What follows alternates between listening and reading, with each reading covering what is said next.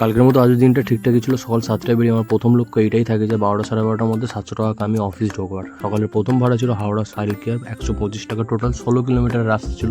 তাই ম্যামটাকে একটু রিকোয়েস্ট করতে 150 টাকাই করে দেয়। ড্রপ করে দাঁড়াতে হয়নি, ফের 150 টাকার একটা সেক্টর 5-এর ভাড়া পাই।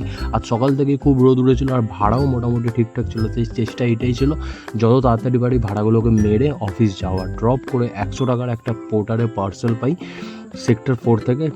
ড্রপ হচ্ছে কাশীপুরে। আরও অনেক ভাড়া ঢুকছিল কিন্তু বিটি রোডের ওপরে সার্চ টাইমে ভালো ভালো ভাড়া পাওয়া যায়। যাই হোক, ডেলিভারি দিয়ে মাত্র 7 কিলোমিটার একটা টি বোর্ডের ভাড়া পাই 170 টাকা। ম্যাডামটাকে যত তাড়াতাড়ি পারি ড্রপ করে ওয়েট করতে থাকি অফিসের দিকের একটা ভাড়ার জন্য। বলতে বলতে একটা পার্সেল পাই 100 টাকার খিদিরপুরের। পার্সেলটাকে নিয়ে আস্তে আস্তেই একটা সিগনালে এই কাকুটার সঙ্গে আমার দেখা হয়। উনি যাবেন লালবাজারে। উনি এই অবস্থাতেও এই রোদে ওনার বাড়ি সোদপুর থেকে এখানে অবধি আসতে পারে, তাহলে আমার কর্তব্যের মধ্যে এইটুকু পড়ে যে ওনাকে লালবাজার অবধি এগিয়ে যাও। সে 2-4 কিলোমিটার এদিক ওদিক হোক, কোনো অসুবিধা নেই। আমি আশা করি উনি বাড়ি যাওয়ার সময় যেন সুস্থভাবে ফিরতে পারে। যাই হোক, পার্সেলটাকে ডেলিভারি দিয়ে অফিস যেতে যেতে হিসাব করে দেখি যায় টোটাল 670 টাকা ইনকাম হয়ে গেছে।